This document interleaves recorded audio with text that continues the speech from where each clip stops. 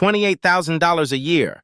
That's the number thrown around in ATM business forums, in pitch decks, in those late-night opportunity calls. $28,000 per machine per year in pure surcharge revenue. It sounds life-changing. Put in 10 machines, quit your job, live off passive income forever. But here's what nobody tells you.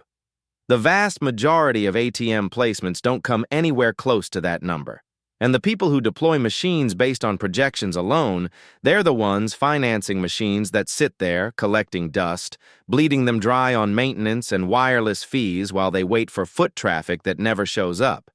There's a specific test, though, a way to evaluate foot traffic density before you sign a location agreement, before you drop $5,000 on a machine, and I'm going to walk you through exactly how it works. But first, you need to understand why the $28K number is even out there, and why it's poisoning the ATM placement industry.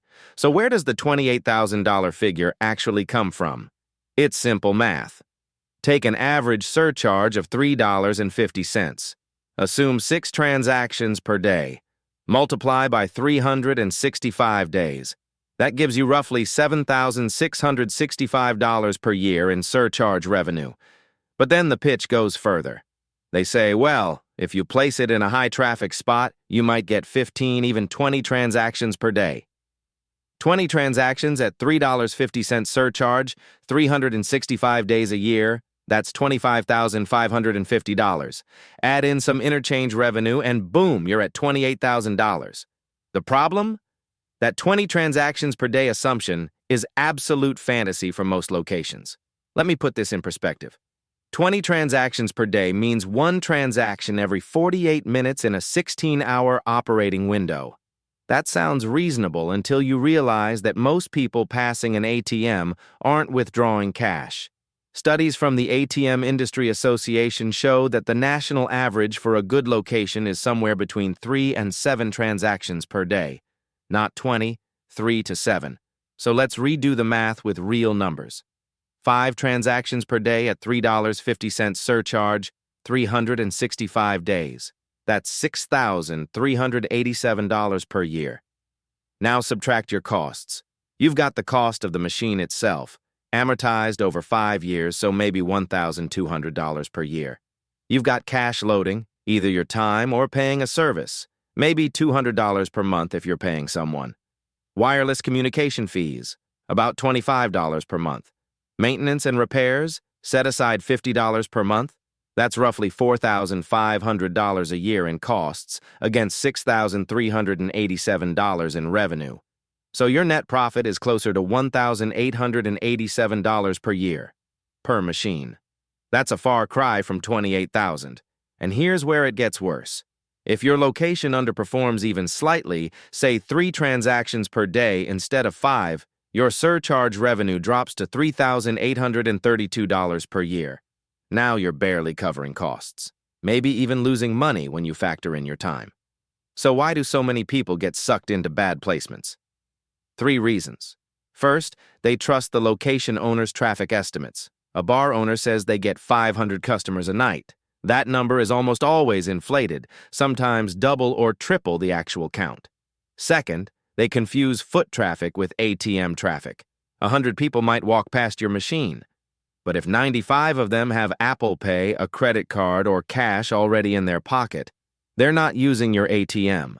Third, and this is the big one, they don't account for the competition. If there's a bank ATM within a quarter mile or another independent ATM in the same plaza, your transactions will get split. I've seen locations projected for 15 transactions per day doing 2 because there were 3 other ATMs within a 2-block radius. Now here's where the foot traffic density test comes in. This is the part that matters. Before you commit to any location, you need to physically sit there and count. Not for an hour, not during peak time. You need a full day count, ideally across 2 different days of the week. Here's the methodology. You're going to track 3 specific metrics. Metric 1, raw foot traffic past the proposed ATM location. Not the front door of the store, the specific spot where the ATM would sit. Count every person who passes that exact spot during operating hours. Write it down in 1-hour blocks. Metric 2, dwell time. How many people actually stop in the general vicinity for more than 30 seconds? If people are rushing through, they're not stopping to use an ATM. You want locations where people linger. Bars, entertainment venues, certain types of restaurants, not pass-through locations like subway stations where everyone's in a hurry. Metric 3, and this is the one most people skip, the cash need indicator. Watch how many people pay with cash at the register if it's a retail location. If everyone's tapping a card, that location is dead on arrival for an ATM. You want to see at least 20 to 30% of transactions happening in cash. That tells you there's still a cash economy in that area. Now here's the formula that predicts profitability. Take your raw foot traffic count past the ATM location, not the whole store, just the ATM spot. Multiply it by 0.02. That 2% conversion rate is the industry average for impulse ATM usage. If 300 people pass the spot daily, you can expect roughly 6 transactions per day, not the fantasy 20. 6. That's a solid, profitable machine if your costs are controlled. Anything below 200 people passing daily, and you should walk away. Let me give you a real-world comparison. Location A is a gas station on a busy highway. The owner claims 1,000 customers daily, but the ATM would be placed near the restrooms, around a corner from the registers. Actual foot traffic past that spot? About 90 people per day. At a 2% conversion rate, that's less than 2 transactions daily. This machine would lose money. Location B is a dive bar in a college town. Total customers may be 150 per night. But the ATM is right next to the entrance, and the bar is cash only. Every single person who needs cash has to walk past that machine. Foot traffic past the ATM spot matches customer count, 150 people. 2% conversion rate. But because it's a cash-only establishment, the actual conversion is closer to 8%. That's 12 transactions per night on a busy night. This machine prints money. The difference wasn't total traffic. It was relevant traffic. Traffic that actually needed cash and physically passed the machine. There are also seasonal factors that the $28K projection completely ignores. A beach boardwalk ATM might do 20 transactions a day in July. In January, it might do 2. If you're projecting annual revenue based on summer traffic, you're going to have a nasty surprise come winter. Always base your projections on the slowest month, not the busiest. If the numbers still work in February, you've got a viable location. Another hidden cost people forget is vault cash. Your ATM needs to be loaded with cash. If it's a high-traffic machine doing 10 transactions a day with an average withdrawal of $80, that's $800 a day in cash float.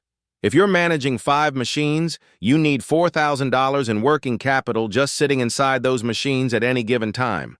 That's money you can't invest elsewhere. It's not lost, but it's locked up, and you need to account for the opportunity cost. Let's talk about location agreements too, because this is where things get legally messy. Most ATM placement deals involve paying the location owner either a flat monthly fee or a percentage of surcharge revenue. The standard split is somewhere between 25 and 50% of the surcharge going to the location owner.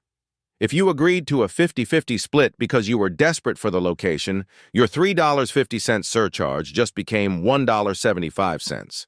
Now you need twice as many transactions just to break even. And here's the trap.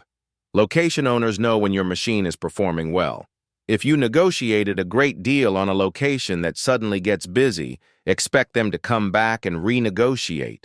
I've seen operators lose profitable locations because they couldn't agree to higher rent or a bigger revenue split. Always negotiate long-term